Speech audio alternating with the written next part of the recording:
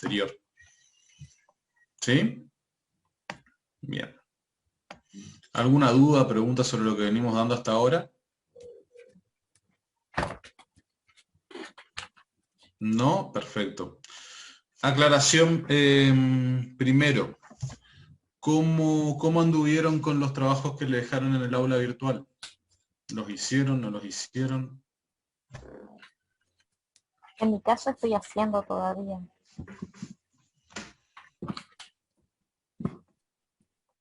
Es uno solo. Bueno. Lo otro, respecto a los temas que estamos dando, no se olviden de leer el material del libro de cátedra para estar al tanto de los demás temas, porque hay cosas que por ahí no las tocamos en clase, pero igual están en los libros, así que de cualquier manera la tienen que leer. Lo digo para que no haya sorpresa después cuando se aparezca alguna pregunta de algún tipo. ¿Sí? Por ejemplo, ¿qué es la inflación reprimida? Que no lo vimos, pero me estaba acordando que está en el libro. Igual, respecto a lo que puedan tener dudas de esos temas, me avisan y lo vemos en clase. Se escucha mal, fíjate si no es tu equipo, yo lo tengo igual que siempre. Ahí le subo el volumen. ¿Sí se escucha bien? Sí, se escucha bien, profe. Bueno.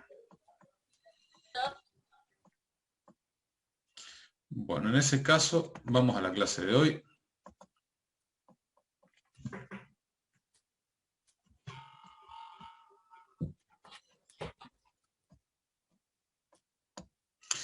La clase que viene vamos a ver desarrollo. A ver, así sería. Hoy terminamos con lo que es dinero, banco, sistema financiero. Nos quedaría por ver después desarrollo, economía abierta y ¿qué más? Bueno, desarrollo, economía regional, evolución histórica ya lo vimos. Y con eso ya estaríamos más o menos en condiciones de rendir el examen. O sea que yo imagino que para mediados de junio vamos a estar rindiendo si no es antes.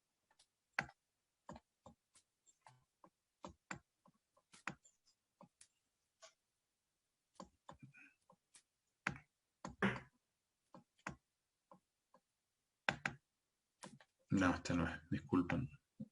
Tengo que... Profesor, Sí. desarrollo vamos a dar el 24, entonces la semana que viene. ¿Y economía abierta la siguiente? Supongo que sí. No se corre el feriado ni nada parecido, ¿no? Creo que no.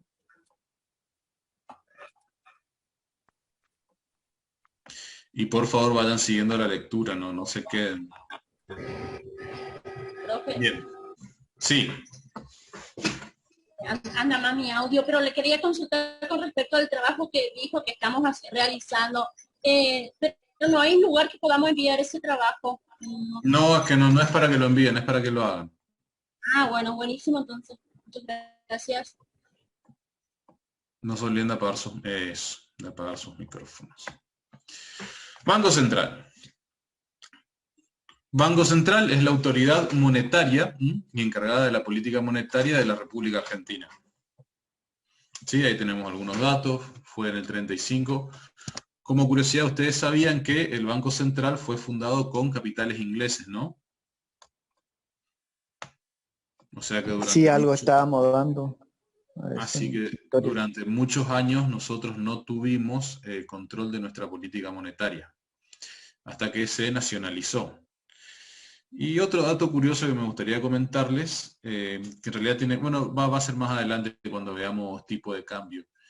Desdoblar el tipo de cambio como se hace ahora, que se hace a través de los impuestos, no es la primera vez en los años 30, a partir de todos los desajustes de la economía por la crisis, por la Gran Depresión. Ya el director inglés de aquel entonces ya había puesto una diferencia entre tipo de cambio dependiendo para qué. Teníamos un tipo de cambio duro, un tipo de cambio comercial, etc. Pero eso ya es discusión para cuando veamos un poquito más adelante economía abierta y veamos tipo de cambio. Por ahora vamos a ir viendo esto. Funciones, todo esto yo lo directamente ya ahora para hacerlo más simple, más llevadero para ustedes, lo voy sacando directamente del libro. Así que les voy dando así como aparece en el libro, más o menos, resumido. Salvo si hay alguna cosa que me parezca que valga la pena agregarlo, lo agrego. Si no, voy a tratar de manejarme ahora con el libro nada más. Regulador de la circunstancia monetaria, perdón, de la circulación, Banco del Estado, regulador del sistema bancario, autoridad monetaria, ejecutor del mecanismo de control de todo el sistema financiero y custodio de las reservas internacionales. ¿Sí? Esas son las 6 funciones que tiene el Banco Central. A saber. Regulador de la circulación monetaria. ¿Qué quiere decir esto de la circulación monetaria? ¿Qué está haciendo de referencia? Y bueno, está hablando de la oferta de dinero. Teniendo a disposición instrumentos de política monetaria, ¿sí? ¿Se acuerdan que hablamos de política monetaria? Hablamos con el tema este de la oferta monetaria, de la cantidad de dinero que tenemos en nuestra economía. A eso hace referencia.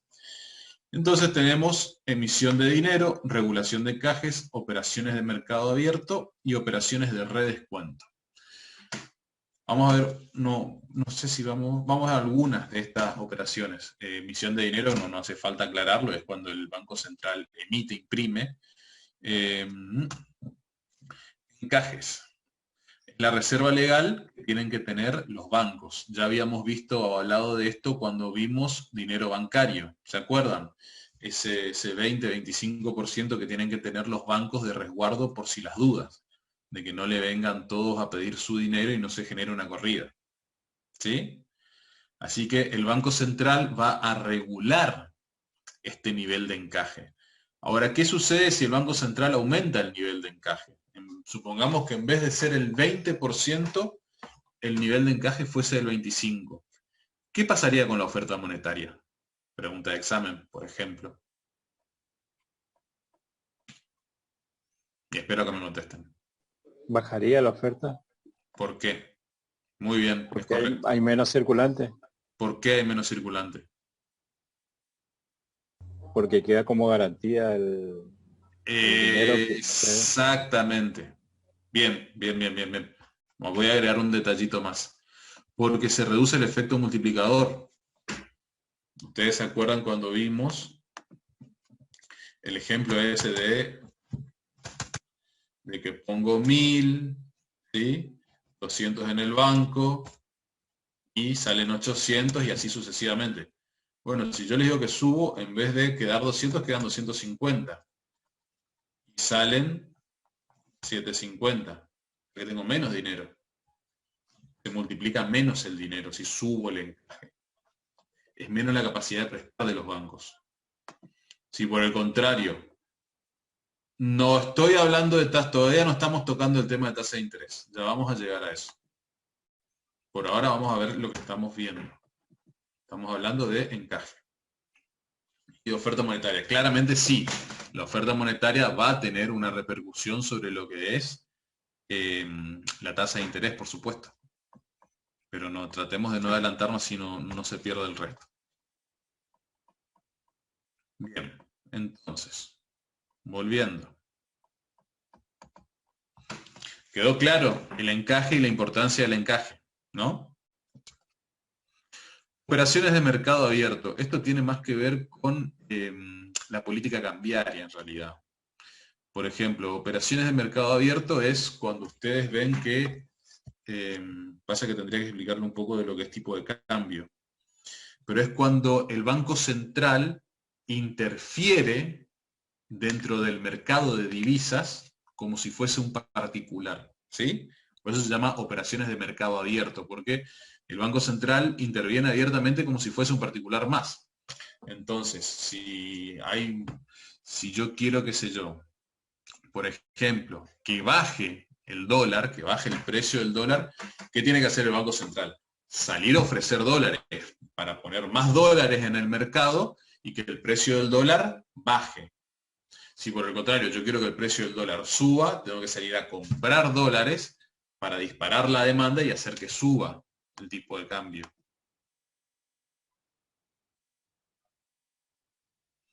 Ahora después, Ulises, vamos a continuar y ahora haceme acordar, más tarde te lo recuerdo, ¿sí?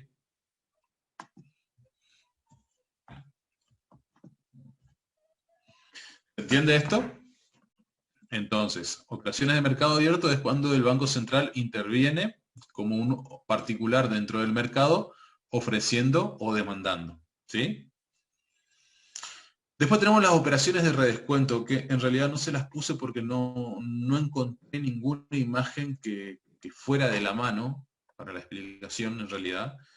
Entonces, como no sabía, directamente omití la diapositiva, pero el redescuento funciona así.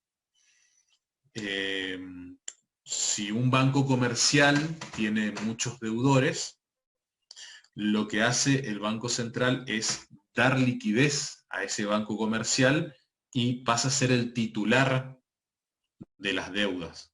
Obviamente, por más de que yo, Juan Pérez, ahora mi deuda no esté más en el Banco Galicia, ahora lo tiene el Banco Central, es el titular de la deuda, yo no voy a ir al Banco Central a pagar la deuda. A mí la deuda me va a cobrar el Banco Galicia, nada más que cuando el Banco Galicia tome el pago de esa deuda, la va a remitir directamente al Banco Central. Eso es una operación de redescuento. ¿Sí? ¿Bien?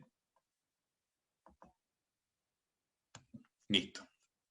Bueno, volvamos entonces. Estas son las operaciones que realiza el Banco Central. El encaje. El encaje pasa que, a ver, Ulises, ¿vos sabés lo que es el dinero bancario? Empecemos por ahí. ¿Vos entendiste lo que es dinero bancario? Sí, sí, entendí.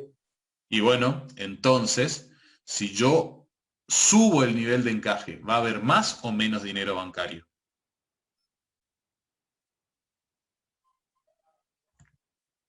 ¿De vuelta a la pregunta? Si yo subo el encaje, si en vez del 20% lo subo al 30%, o vamos a hacerlo más burdo el ejemplo, lo subo a 50%, de toda la guita que entra al banco, la mitad de esa plata tiene que quedar para reserva. ¿Eso aumenta o disminuye el dinero bancario?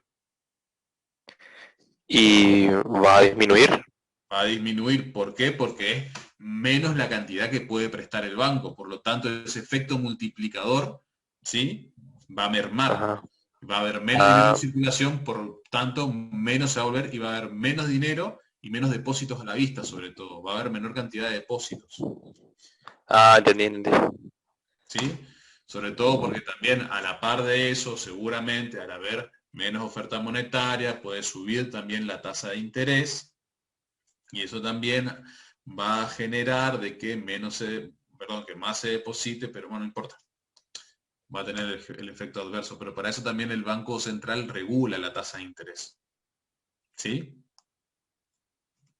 Gracias. Bien. El Banco del Estado. ¿Qué quiere decir esto? Que si el Estado necesita crédito, ¿a quién le vaya a pedir? No le va a pedir al Banco Galicia, no le va a pedir al Banco Santander, no va a ir al Banco Macro, no, va a ir con el Banco Central. ¿Sí? Entonces, como dice, cumple la función de suministro de fondos a la tesorería cuando tiene la necesidad. Obviamente esto, como aclara el libro y acá la filmina, no puede ser una cuestión ordinaria, tiene que ser una cuestión extraordinaria. No sé, de repente hubo una inundación, un terremoto, un incendio, lo que sea, y por algo no previsto, hay que salir a poner plata ahí. Y bueno, entonces en ese caso se requiere un préstamo. ¿Sí? Regula el sistema bancario. ¿Qué quiere decir esto? Quiere decir que el Banco Central va a crear las reglas de juego para los demás bancos. ¿Sí? Es el prestamista de última instancia. Por ejemplo, si un banco, ¿qué quiere decir esto? Son dos cosas en realidad. Por un lado, custodia el sistema financiero por medio de él fijar las tasas de intereses, ahí se me fue, perdón. El encaje, regula el encaje, regula la tasa de interés y demás. Por un lado, así va a ser como regula el sistema bancario y el sistema financiero, pero además también dentro del sistema bancario va a ser el prestamista de última instancia. Es decir, todo el resto de los bancos comerciales pueden quebrar, pero el Banco Central no. ¿Sí? Va a ser el prestamista de última instancia, va a ser quien va a poder solventar a estos bancos comerciales. ¿Sí? Por eso también decimos que es el banco de bancos.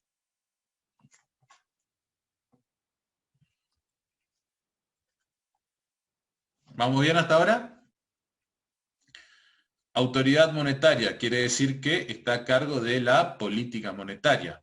Actúa en control de tipos de cambio, interviene en el mercado para regular valor de las divisas. Eso es lo que veníamos hablando recién sobre las operaciones de mercado abierto, cuando les dice acá en la filmina y en el libro.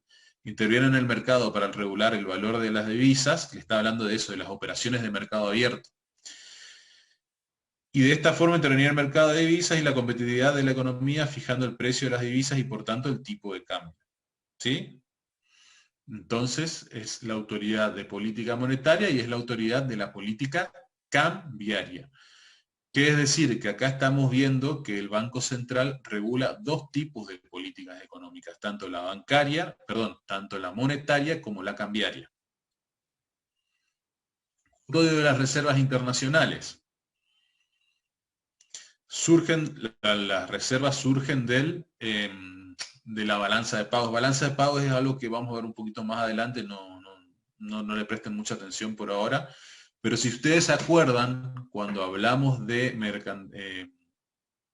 mercantilismo, ¿se acuerdan eso que surgió a partir de allá en la Edad Media y que se arraigó con el descubrimiento de América y que era esta idea de acumular metales preciosos, oro y plata? ¿Sí? Si ustedes recuerdan, yo les había dicho que la balanza de pagos tenía crucial importancia en este tema, ¿sí? Y por lo tanto, es lo que iba a permitirme atesorar mayor cantidad de divisas, mayor cantidad de metales preciosos en su caso. Entonces, de esta manera, ¿qué es la balanza de pago? Y es donde yo registro lo que vendo y lo que compro, de manera muy criolla. Entonces, si yo tengo superávit comercial, ¿sí? Si yo exporté más de lo que importé, eso quiere decir que mis reservas crecen. Si yo importo más de lo que exporto, quiere decir que mis reservas caen. Entonces, ¿qué es lo que tiene que hacer el Banco Central? Tiene que custodiar estas reservas. Tiene que velar por que las exportaciones sean más que las importaciones. ¿Y cómo hace eso? Bueno, una forma es, por ejemplo, interviniendo en el tipo de cambio mediante operaciones de mercado abierto. ¿Sí? Entonces yo puedo poner un tipo de cambio que sea más favorable a las exportaciones que a las importaciones. En otros términos, yo puedo, si es necesario, subir un poco más el precio del dólar, ¿sí? Para que sea más rentable vender que comprar afuera. ¿Sí? ¿Estamos hasta acá? Me preocupa, están muy en silencio, no los escucho. ¿Podría explicar eso de vuelta, profe, por favor? Y capaz ya aprovecho y les voy a hablar un poquito de tipo de cambio. Bien. Las reservas, ¿cómo surgen? A través de la balanza comercial, ¿sí o no? Es decir, la balanza comercial donde yo mido, entre otras muchas cosas, cuánto exporto y cuánto importo, ¿sí? Cuánto vende el país y cuánto compra el país. ¿Estamos hasta ahí? Bien. Si yo vendo más de lo que compro, mis reservas aumentan, igual que ustedes, ¿sí? Si a ustedes les ingresa más de lo que gastan, ahorran. Si ustedes gastan más de lo que les ingresa, desahorran, ¿sí? Usan sus reservas. Bien. Ahora, el Banco Central cuida que esto se mantenga así. De esta manera, ¿qué va a pasar? Por ejemplo, el tipo de cambio. Digamos que ahora tenemos el dólar a 160, ¿no? Contando impuestos y demás. Ahora, supongamos que yo aún así quisiera que se exporte más de lo que se importa, en términos de hoy. Yo podría enviar el dólar a 200, ¿sí? De esta manera, importar cualquier cosa sería prácticamente imposible. Y exportar sería mucho más interesante. ¿Por qué? Y fácil, porque a mí cada dólar ahora ya no me da 160 pesos, sino que me da 200, me pagan más. Y así es como se juega con el tipo de cambio. Igual ahora capaz hacemos un apartado para hablar de tipo de cambio. ¿Sí? ¿Entendiste, Mati?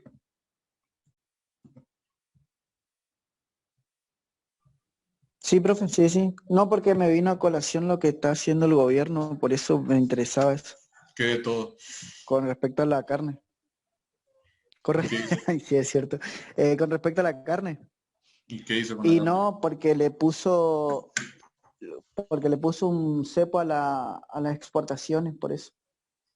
Para que supuestamente importe más, pero eso ya fracasó en el 2008 con estos Kirchner. Restricciones a las exportaciones. En realidad el tema no sé dónde sacaste lo del 2008, pero no creo que funcione así. La carne es diferente. Porque la carne sí, si vos querés frenar, por ejemplo, las exportaciones de soja o algún cereal, te lo meten todo en silo bolsa y lo aguantan. Total, tienen mucha espalda para aguantar. Y no lo exportan hasta que les convenga el precio. En cambio, la carne, vos tenés la necesidad de venderla porque es un bien que se te va a pudrir.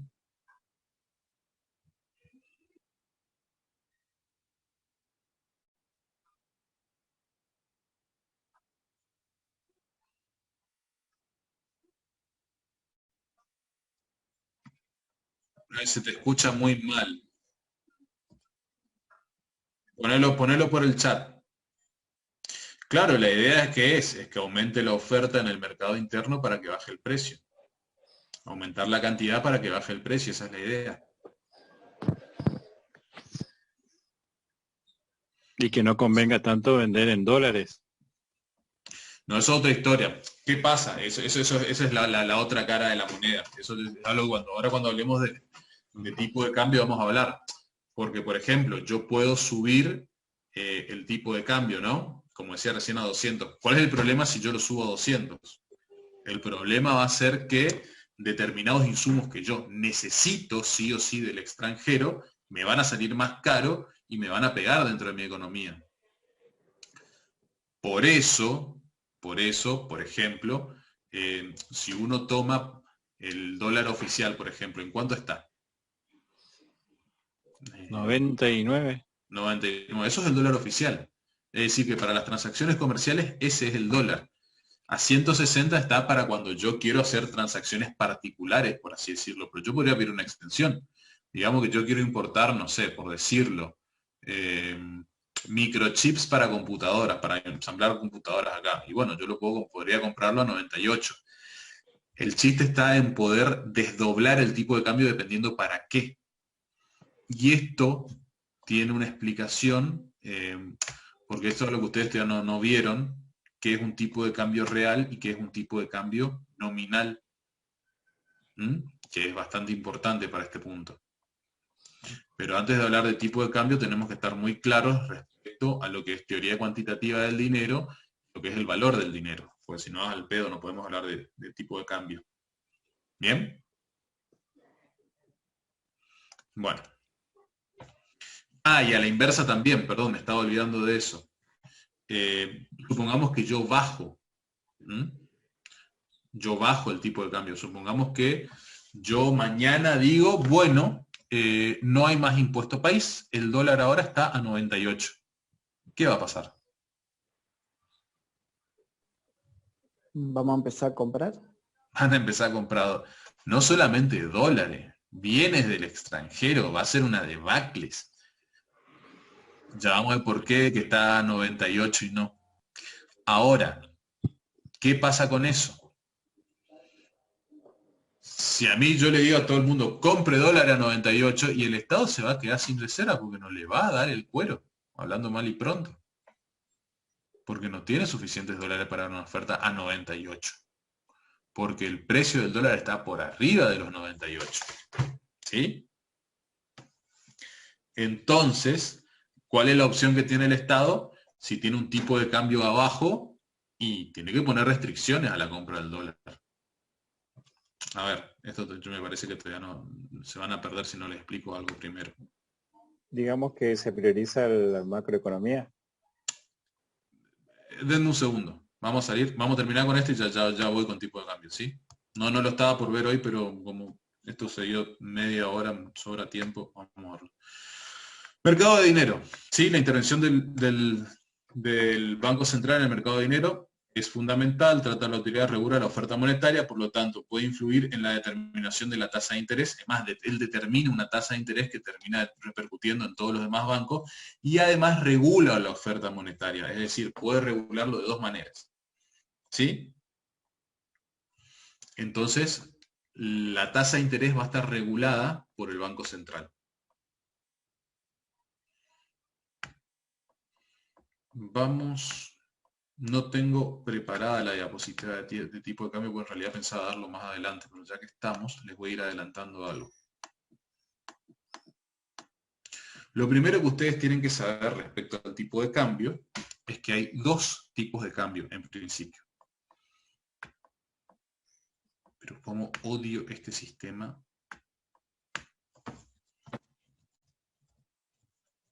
Tipo de cambio real y tipo de cambio nominal.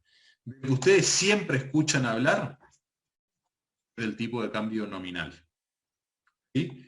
Ustedes nunca jamás escucharon hablar del tipo de cambio real. ¿Sí? Ahora, ¿ustedes quieren saber cuánto es el tipo de cambio real? Fácil. Cruzan la frontera, vayan a una casa de cambio y preguntan cuántos dólares le dan por pesos. O cuántos pesos le sale un dólar. En la casa de cambio en el extranjero le van a batir la justa. ¿Sí? ¿Por qué? Porque, ¿qué es el tipo de cambio? El tipo de cambio es el valor de una moneda expresado en términos de otra. Entonces, yo le voy a decir qué es el tipo de cambio.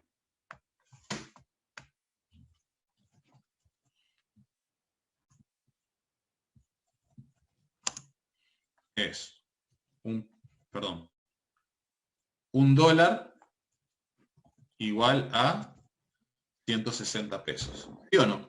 En principio, lo que ustedes entienden.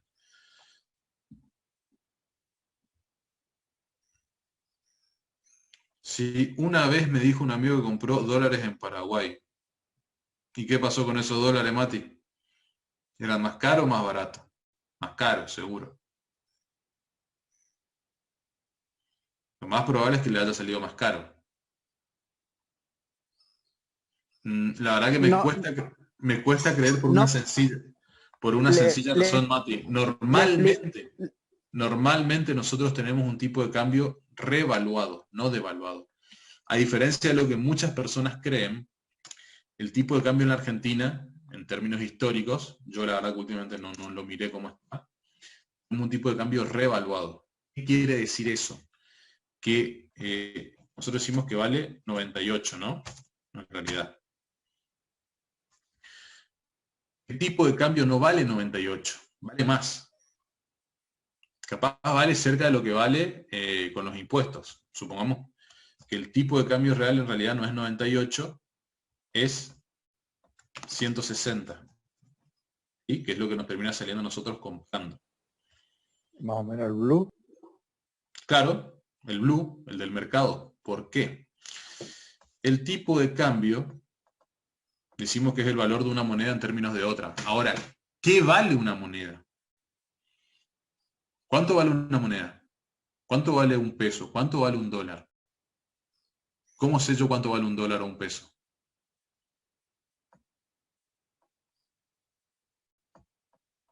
Díganme.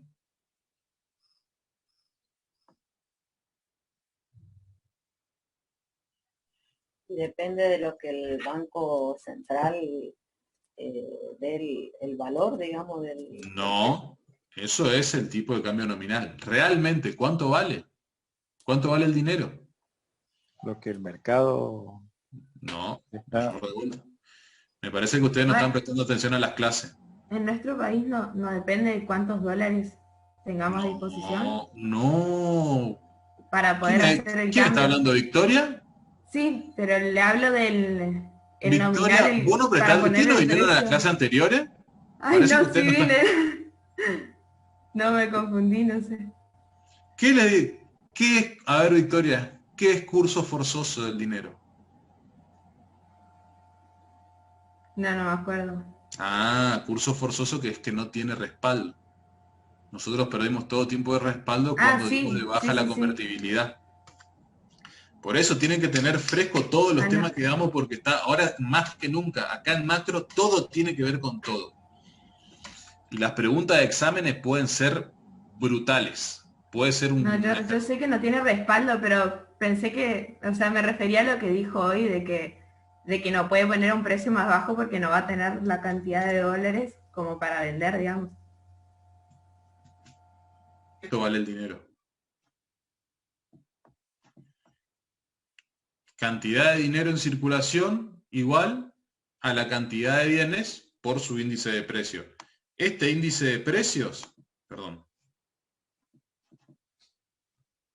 con esta porquería, mirá. Este índice de precios es el valor del dinero. ¿Sí? Ahora, si yo les digo que es, si yo les digo que es el valor de una moneda expresado en términos de otra, ¿qué les estoy diciendo? Que yo lo que tengo que tomar son los precios, las teorías, por así decirlo, cuantitativas de todas las monedas. ¿Entiende ahora? Eso también lo pueden encontrar como índice multilateral de precios. ¿Se entiende ahora? Entonces, el tipo de cambio real, yo tengo que mirar el índice multilateral de precios y voy a sacar cuándo es el tipo de cambio real. Y me voy a encontrar con que seguramente el tipo de cambio real está más cerca de los 160 que de los 98. Ahora, ¿por qué si mi tipo de cambio real es de 160, yo tengo un tipo de cambio nominal de 98 y encima tengo un impuesto que hace que esto se me vaya a 160? Como que yo quisiera tener dos tipos de cambio. ¿Entiendo o no? Porque entonces yo tengo un tipo de cambio reevaluado, tengo un tipo de cambio alto, competitivo, que a mí me permite ¿qué? Comprar determinados, favorecer la compra de determinados bienes que está afuera, pero para la compra de otros, ¿sí? Me lo mantiene al precio real. ¿Por qué? Porque si no todos compraríamos a 98, o compraríamos dólares a 98, y si yo estoy diciendo ya que mi tipo de cambio real es de 160, ¿qué quiere decir esto? Que de cada dólar que yo estoy vendiendo, de cada dólar que vende el Estado, 62 pesos los está poniendo de su bolsillo, los está poniendo de sus reservas. ¿Se entiende esto o no?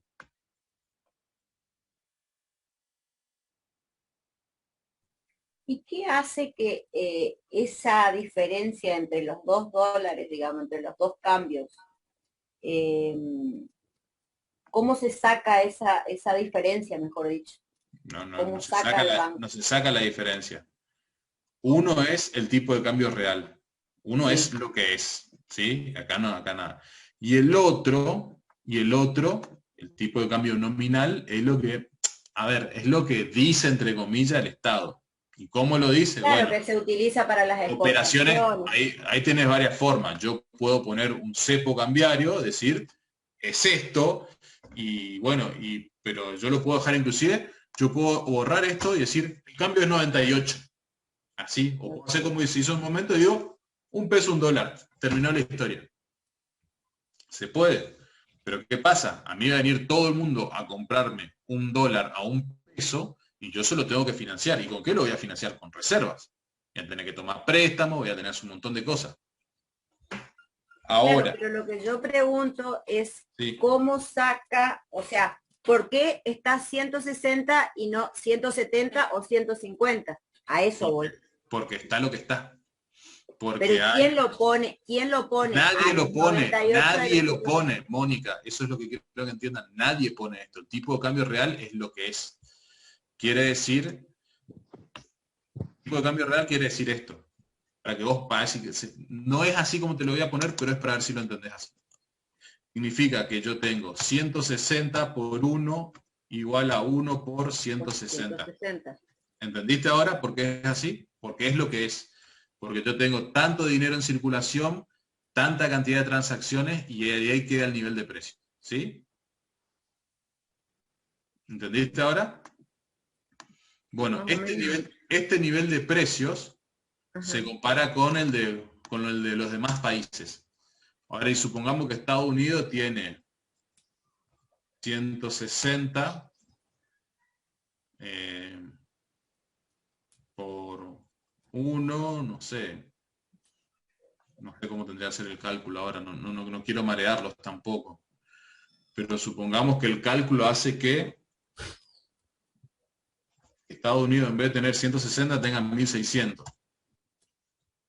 Igual a 1 por 1600. ¿Qué quiere decir? Que Estados Unidos tiene 10 veces más que nosotros. Y por eso la diferencia de 10 a 1, supongamos. Entonces, ¿cuál economía tiene más? Y la de Estados Unidos. Por eso vos tenés $1 vale 10 pesos, supongamos, según este ejemplo. Matemáticamente no funciona así, pero es para ver si lo entendemos conceptualmente. Porque en realidad el dólar, el que rige, digamos, el de 160, el otro es para las exportaciones solamente. Claro. O sea, no para las exportaciones, sino para, sí, las Para las transacciones. exportaciones, para las importaciones, Claro, para claro. las exenciones, para un montón de cosas. Claro, pero el para dólar el uso oficial común es con el que se 160. mueve la economía es de 98. Ahora, ¿qué pasa? Por alguna razón, y eso lo van a ir subiendo, seguro que lo van a ir subiendo. Sí. Pero ¿cuál es la ventaja? Porque si yo tengo un tipo de cambio real y yo necesito subirlo, yo puedo tocar esto y mandarlo a 120. ¿Sí? Total, yo puedo bajar los impuestos y seguir dejando en 160. Bueno, esa era mi pregunta. ¿Cómo Porque se hace? esto está hecho mediante impuestos. Esto está hecho mediante operaciones de mercado abierto, que es lo que explicamos recién. El Banco Central, ¿qué hace? Dice, bueno, yo quiero que el dólar se mantenga en 98. ¿Qué hago? Bueno, por un lado, tengo impuestos. Los impuestos, ¿qué hacen? Hacen que a la hora de vender un dólar a un particular, o que un particular compre en el extranjero, me esté pagando un valor más cercano al tipo de cambio real, y no al tipo de cambio que yo dejo acá. O yo también podría hacer lo contrario y mandar el dólar a 200 nominalmente, hacer que se exporte más, hacer que ya nadie me compra y tener una moneda devaluada. Claro. El tipo de cambio es 160. Sí, sí, entiendo. Y para que las personas no les suban tanto los precios, yo podría poner, por ejemplo, un subsidio a las compras en el extranjero, supongamos. Estoy hablando pavada. Pero supongamos que para que la gente siga pagando 60, en vez de poner un impuesto, una subvención a las compras en el extranjero. Y lo dejan 160 para el particular y a las exportaciones para 200. Son mecanismos, y eso es lo que les contaba hoy, no es la primera vez que se hace este tipo de cosas. Pasa que yo tengo que regular, por un lado, el tipo de dólar que yo quiero, el tipo de cambio que yo quiero para mi economía, ¿sí? Y el tipo de cambio que puedo manejar, digamos. Si yo necesito un tipo de cambio bajo, por ejemplo, si yo tengo muchas deudas en el extranjero, ¿qué me conviene? Y un tipo de dólar bajo. Porque entonces mi moneda es más competitiva. Ahora, si yo tengo... ¿Pero qué pasa? Eso me va a golpear las exportaciones. Pero la realidad es que nosotros siempre tuvimos un tipo de cambio por atrás del tipo de cambio real. Sí, siempre nuestro dólar fue bajo, digamos.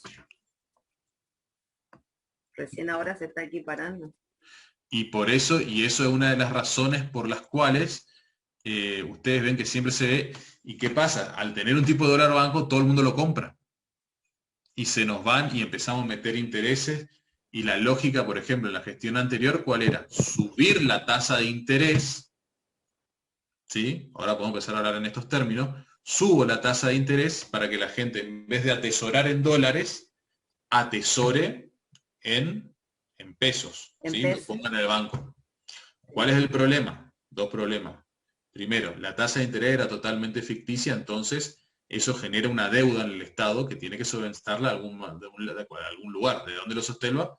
¿De dónde lo sustenta? Pidiendo deuda.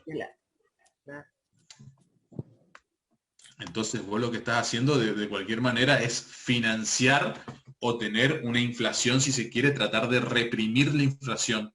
Un intento de reprimir la inflación que no funcionó.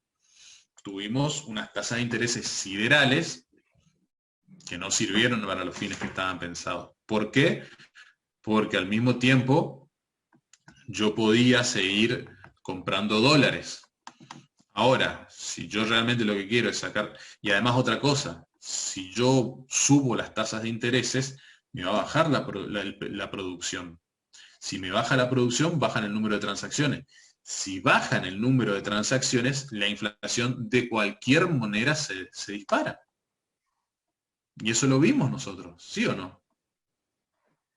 ¿Se acuerdan o no? Ya se me perdieron las herramientas, no puedo usar más esto. Habíamos dicho que era cantidad de dinero en circulación igual a cantidad de número de transacciones. Era el nivel de precio.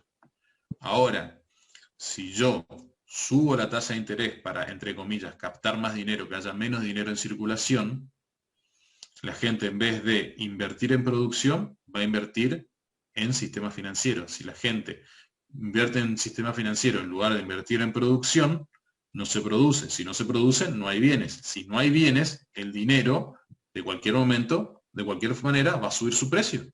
Porque van a haber menos bienes dentro de la economía, va a haber menos números de transacciones.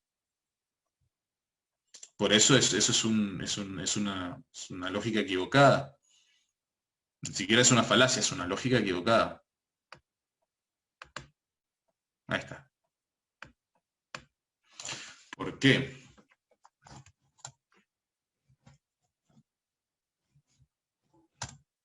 ¿Sí? Ahora lo podemos hacer más interesante. Ahora podemos empezar a hablar de tasa.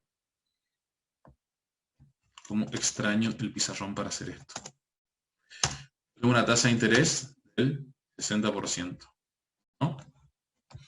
Ahora, tengo una inflación esperada, en principio esperada, vamos a ver, de un 50%.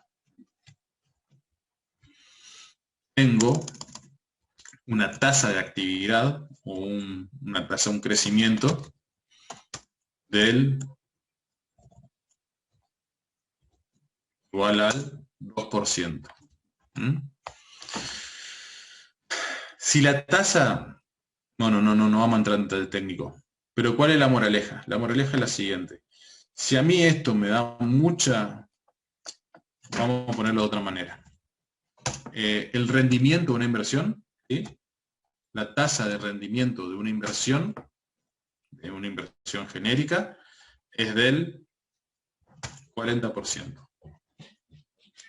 O del sí. ¿Cómo está ahí? Entonces quiere decir... ¿No me conviene entonces? ¿Qué quiere decir? Esto quiere decir que yo tengo mi dinero, ¿no? X. Entonces yo digo, bueno, mi dinero en un año vale menos. Ahora, ¿qué voy a hacer? Me dan un interés del 60% y el negocio que quiero hacer tiene una tasa del 40%. Ni lo pienso, me voy acá. ¿Está? Me voy acá, me voy al sistema financiero. A mí, en un año, que puse 1000, el sistema financiero me va a dar 1600. Mientras que 1400 era lo que me daba si lo ponía a trabajar. Pero lo ponía a trabajar. Ahora, por un lado, el sistema financiero de algún lado tiene que sacar estos 600 que me está pagando, tiene que tomar deuda. Primer problema. Segundo problema, estos 1.400 estarían traducidos en transacciones. Estos son igual a transacciones, esto es igual a deuda. ¿Qué es lo que sucede en mi teoría cuantitativa? Yo generé un pasivo que me va a obligar a saldarlo de alguna manera, y yo ¿cómo saldo? ¿Cómo se saldan las deudas? ¿Se acuerdan? O tomando deuda, que hay que pagarla, o imprimiendo dinero. ¿Sí o no? Entonces, podríamos asumir que en cualquiera del caso, y si no tengo para pagar, y tarde o temprano a alguien le voy a tener que, o pago afuera, vendiendo algo, pero si no tengo para vender, si no estoy produciendo, entonces, ¿qué voy a tener que hacer? Voy a tener que imprimir dinero. Así que de cualquier manera voy a terminar imprimiendo dinero. Con el agravante de que yo tenía una producción de 1.000 transacciones y como yo subí y toda la mayoría de la gente se me fue, ahora en vez de tener 1.000, tengo 500. Lo que va a hacer que nuevamente aumente mi índice de precios. ¿Por qué? Porque tengo menos transacciones. Por ahora no me va a aumentar la cantidad de dinero. Por ahora. Pero cuando yo tenga que pagar los intereses en algún momento, no puedo reconvenir, va a pasar esto. Y ahí esto se va a tener que igualar así. ¿Entienden? Entonces, de 1 se me fue a 4. ¿Por qué? Porque reduje la cantidad de bienes, reduje la cantidad de transacciones y generé deuda que en algún momento le voy a tener que financiar. Y si no estoy produciendo, ¿cómo cuerno voy a financiar la deuda? No, profe, no, ¿qué?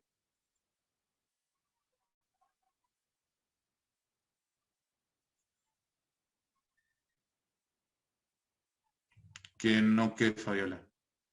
Ah, no entendés. Yo pensé, me decía que no funcionaba así. La inversión es buena si puedes sacar ganancia en un periodo de... Y es relativo, dependiendo del tipo de inversión, del tipo... Depende de un montón de factores. Si es una inversión a mediano, puedo tener inversión a mediano, corto y largo plazo. Dependiendo. Pero sí. Ya vamos a volver, Fabiola. No se preocupen. Pero esto es la parte más dura de la materia. Esto es lo que tienen que entender al final.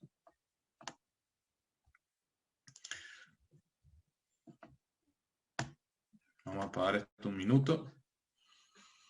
Bueno, ¿qué tan perdidos están? Muy. Bueno. Bastante. Bueno, eso es el segundo parcial. No es para que se examinen, es para que le metan pilas. Pero básicamente es eso, es tasa de interés, tipo de cambio, inflación, producción, es todo lo que vemos junto. Si ustedes entienden bien estos conceptos y cómo se relacionan y cómo se interconectan entre sí, vamos a andar bien, va a ser facilísimo el parcial. Es que sí, es que hoy no estábamos por dar tipo de cambio, era para adelantar nomás tipo de cambio, la clase la vamos a dar más adelante, ¿sí? Esto era para ir adelantando un poco. No les voy a quemar más la cabeza. Profe, por ahí para relacionar los conceptos, por ahí para...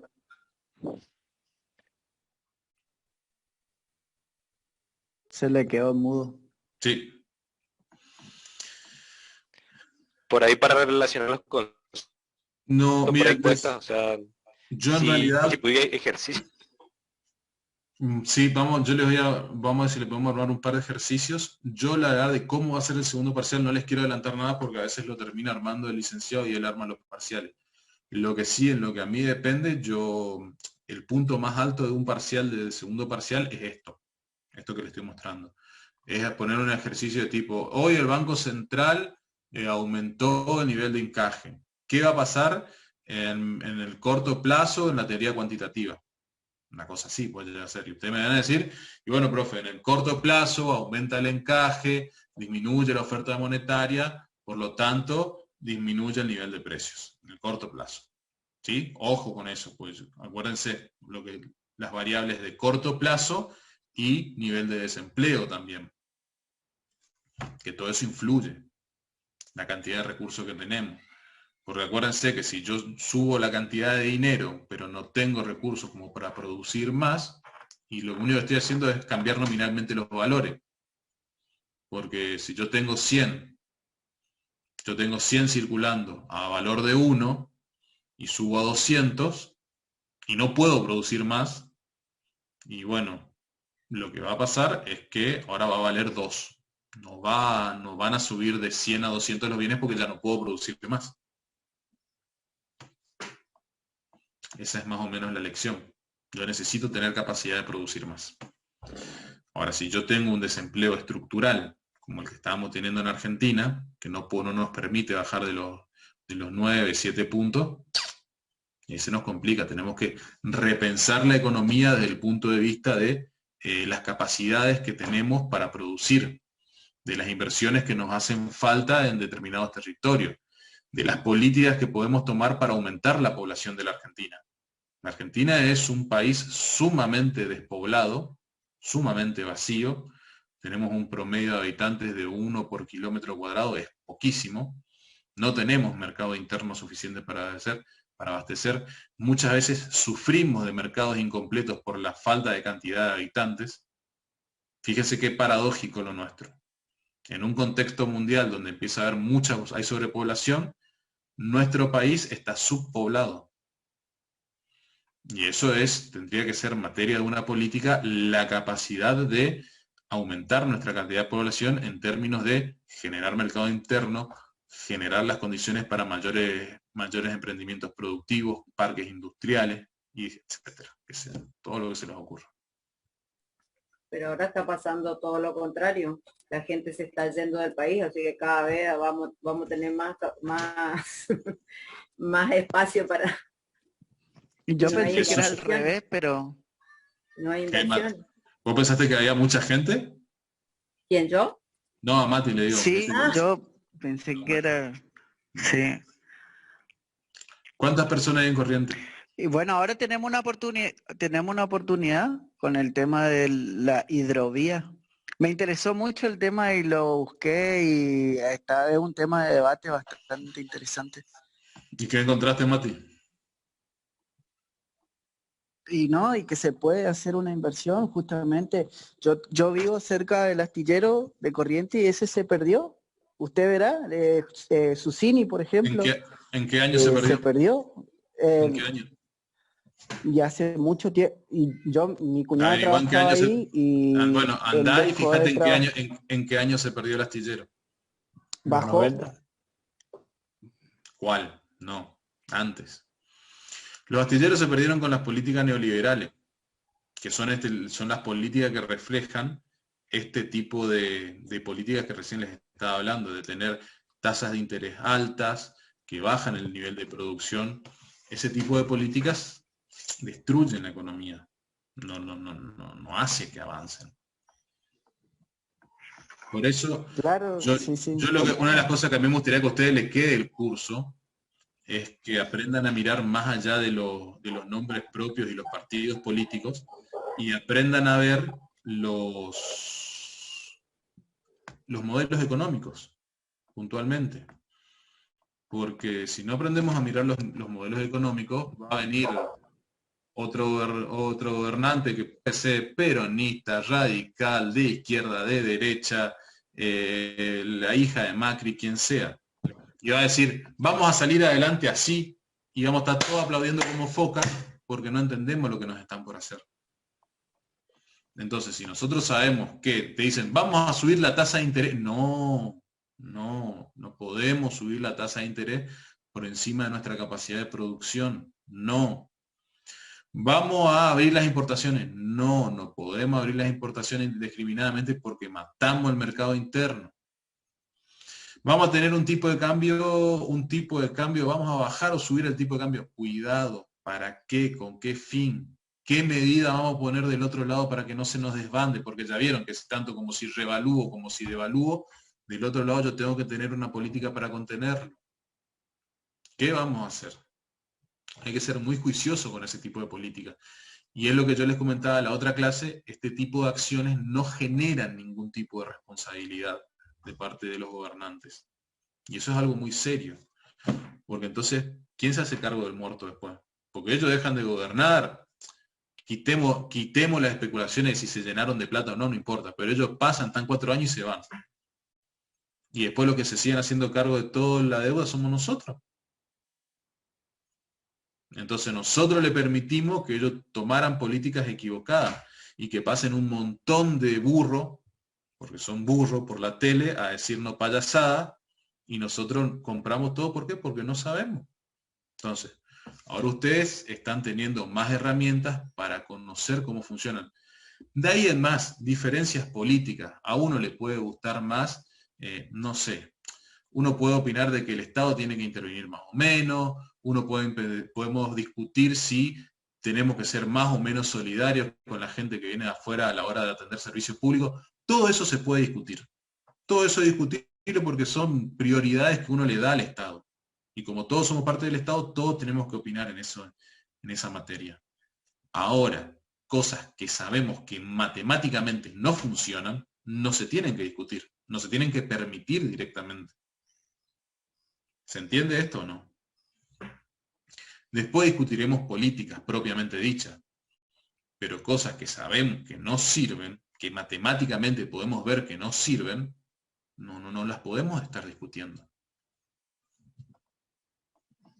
Claro, por eso le ponía el ejemplo hoy de la carne, profe, que matemáticamente no sirve porque no baja el precio y tampoco sirve a nivel mercado interno.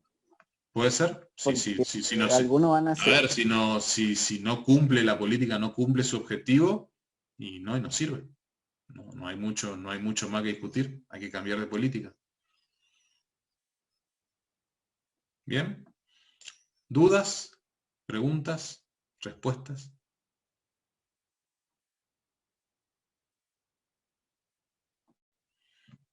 Bueno, veo que se quedaron todos así como... Profe, ¿y qué pasa cuando la tasa de interés baja? Cuando la tasa de interés baja, pasa el efecto contrario, ¿sí? La gente...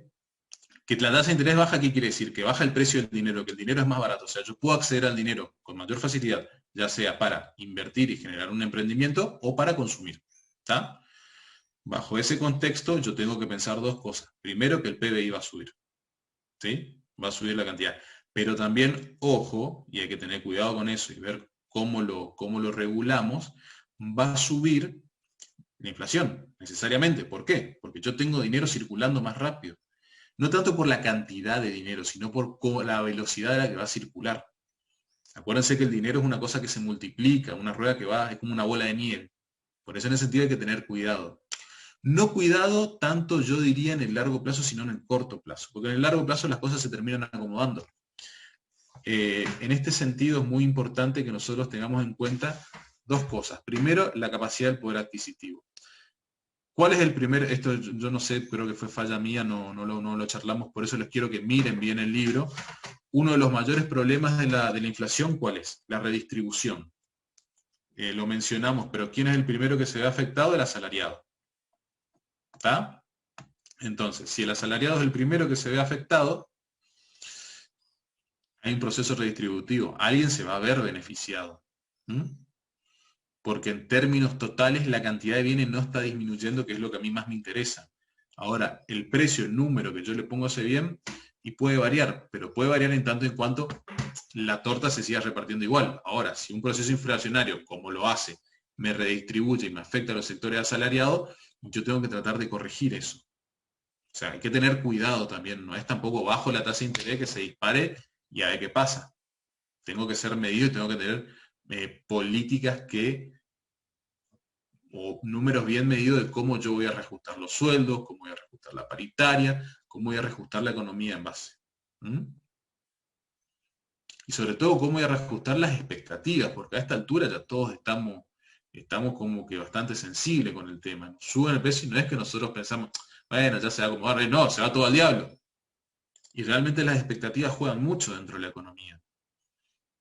Entonces hay que tener, en Argentina hay que tener especial cuidado con el tema de las expectativas. Profe, ¿y por qué tenemos inflación constante? ¿Cómo podemos hacer para bajar eso? ¿Te imaginas ¿O que yo no, fuera ministro de Economía? Si yo supiera la respuesta, te sería ministro de Economía seguramente. Pero no, soy abogado y doy clase de Economía en una cátedra de primer año. Bueno, disculpa. Pero no, en general las explicaciones son variadas las explicaciones. Primero, pasa que tenés que hacer contexto histórico, pasa que nosotros venimos de procesos o neoliberales o de expansión, y ninguno de los dos no te ayuda para el tema de la inflación, ¿sí? Normalmente vos podrías tomar una política, como se dice, de shock, y decir, bueno, yo corto la impresión de la moneda, corto todo, y chao. ¿Qué va a pasar? Va a bajar el producto, vas a tener una desocupación enorme, y bueno, y que la gente se arregle como pueda.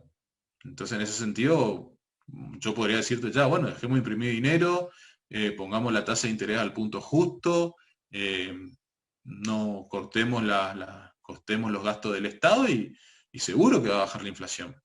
¿A qué costo? ¿A qué costo? No sé, algunos dirán que mejor, otros no sé.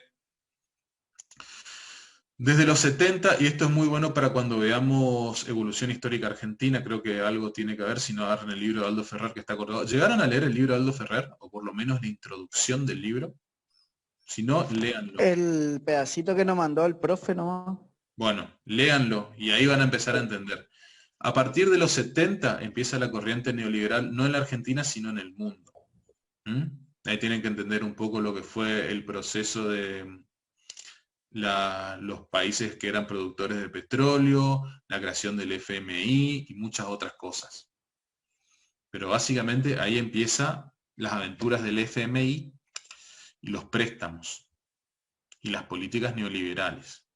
Y estas políticas que dicen que es lo que venimos hablando, subir la tasa de interés, abrir las exportaciones, manejar el tipo de cambio, etc. ¿Está? Bueno, a raíz de eso empiezan a pasar estas cosas. Cae tu producción, generas deuda, se te dispara y ahí se te empieza a desajustar toda la economía. ¿Qué nos pasó en los 70? Nos pasó en los 80. En los 90, ¿qué pasó? En los 90 dijeron, no, un peso, un dólar. Fenómeno. Cortamos con la inflación. ¿A qué costo? Deuda, deuda, deuda. Vender, vender, vender ¿para qué? Para generar divisas. Por eso vendíamos todas las empresas del Estado. No porque fueran engorrosas, no porque dieran pérdidas, sino porque no teníamos plata. Necesitamos plata para hacer frente a la cantidad de dólares que necesitábamos. Crisis del 2001. Crisis del 2001, desajuste. 2003, ¿qué dijimos? Bueno, empezamos a imprimir. Tuvimos mucho viento de cola.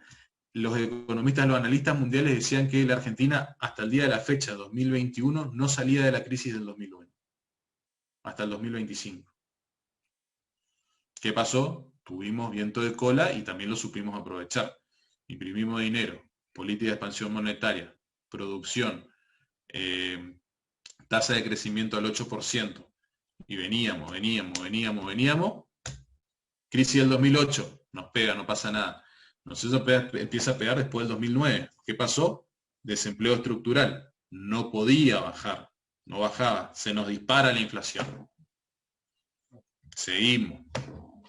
Se nos empieza a desajustar la economía. Nuevamente, políticas neoliberales. Fíjense que yo no les hablo en ningún momento de un gobierno o del otro, les hablo del tipo de políticas que se aplican directamente. Políticas neoliberales, nuevamente, subimos la tasa de interés, matamos la producción, abrimos las importaciones y llegamos al día de hoy. Si ustedes quieren, pueden buscar en los datos del Banco Mundial, están tasa de inflación, nivel de producción, nivel de desempleo de la Argentina y de todos los países en realidad, y van a ver cómo es calcado los procesos, cómo se van viendo en estos tres indicadores puntualmente. Hay un compañero que decía entraba por el tema de la educación y eso tiene mucho que ver. porque en realidad Sequeira, nosotros copiamos mucho. para Mati. Sí. Sequeira Joaquín me dice, y sí, lo acabo de explicar, Joaquín, tuvimos 0% de inflación, pero porque tomábamos deuda, porque pusimos una paridad ficticia, porque decíamos que un peso era un dólar. Eso es una inflación reprimida. Y eso fue lo que nos desembocó en el 2001.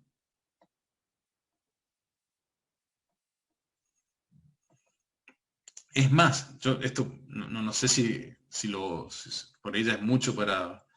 Pero Cavallo, a mitad de un ejercicio fiscal, cambió el sistema de percepción del presupuesto para que le diera 0, para poder equilibrar la balanza. Pasó de devengado a percibido. ¿Qué quiere decir? Yo en vez de tomar en cuenta, antes nosotros para hacer el presupuesto, el balance del presupuesto, decíamos, bueno, entra tanta plata, sale tanta plata. ¿Está? Ahora, en vez de eso dijeron, no, a mitad del ejercicio, ya no es lo que entra y lo que sale, porque lo que entra y sale no cerraba. Decía, debo tanto, me deben tanto. Pasó de un criterio monetario a un criterio de derechos, por así decirlo. Con eso equilibró, para decir que seguíamos teniendo un balance 0. ¿Por qué? Porque era importante para seguir pidiendo préstamos. A préstamos a tasas relativamente bajas. Ahí veo que están levantando la mano Mónica y Fabiola. Profe, quizás no tenga nada que ver mi pregunta, pero siempre me costó entender por qué el dólar es más caro que el peso. Bueno, eso lo explicamos hoy cuando dijimos que depende de la teoría cuantitativa, depende de tu nivel de producción. Ahora, si nosotros, a ver, vamos a ponerlo de esta manera. Repito, muchas de las cosas que yo por ahí le estoy explicando no son exactamente así, pero es para que se entienda conceptualmente, ¿sí? Aunque matemáticamente no lo sea. Supongamos que un dólar son 160 pesos, ¿no? ¿Está? Supongamos ahora que esta es la teoría cuantitativa de la Argentina.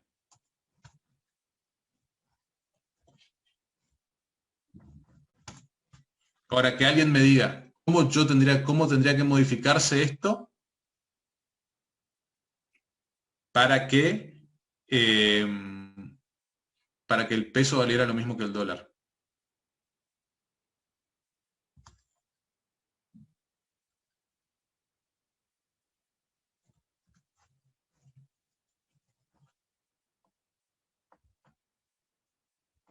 ¿Entendió ahora? No, la cantidad de dinero no, la cantidad de bienes tendría que aumentar. ¿Sí? Bueno, y sí, consecuentemente aumentaría o la cantidad de dinero o la cantidad de...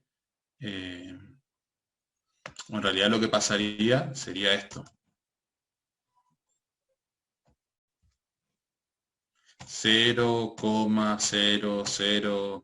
No puedo hacer el cálculo ahora, pero supongamos así, que se entienda. ¿Sí?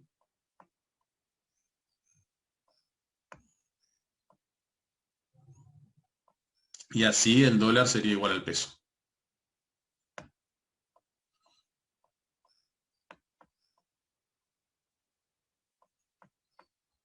¿Se entendió eso, Mónica, la que preguntó? No, Fabiola, pero no, me cuesta mucho eso. Profe. Bueno, la clase, cuando veamos tipo de cambio lo vamos a retomar, así que no te preocupes, ¿sí? Gracias. Es fácil. Si el valor de la moneda está determinado por la cantidad de bienes, a ver, volvamos a un ejemplo, ¿sí? Porque esto es teoría cuantitativa, hay que entenderlo. Deberían entenderlo ya. Supongamos que hacemos una feria con todas las personas del curso, ¿sí? Tenemos 100, vamos, y cada uno lleva un producto a la feria. Hay 100 productos. Y en la feria, al entrar, nos dan 100 vales. O sea, en toda la feria hay 100 vales. Vamos a llamarle 100 monedas. Digamos que son 100 monedas. Entonces, si yo tengo 100 monedas y tengo 100 productos, ¿cuánto vale cada producto? Una moneda. Cada producto vale una moneda. ¿Bien? Ese es el resultado de tu teoría cuantitativa. Pero resulta ser que la otra comisión también está haciendo su feria. ¿Está? Pero en la otra comisión son un poquito más flojos y en vez de haber 100, o porque son menos, porque hasta acá vemos 2 comisiones, en vez de ser 100 son 50. ¿Sí? Y entonces tienen 50 bienes, 50 productos. Pero las 100 monedas están igual. ¿Cuánto vale cada producto? 2. 2. Entonces, ¿cuánto vale un producto de nuestra cátedra contra un producto de la otra cátedra? O mejor dicho, ¿cuánto es nuestro índice de precio y cuánto es el índice de precio de ellos? De ellos 2 y el de nosotros 1. Por tanto, 2 monedas de la otra cátedra van a ser iguales a una moneda nuestra. ¿Por qué? Porque nosotros tenemos más bienes en nuestra economía, con la misma cantidad de dinero circulante. Ahí sí. ¿Se entiende ahora? Eso es tipo de cambio real. ¿Sí? 2 a 1. Ahora resulta ser que como digamos que el profesor de la otra cátedra quiere que valgan lo mismo. ¿Qué puede hacer?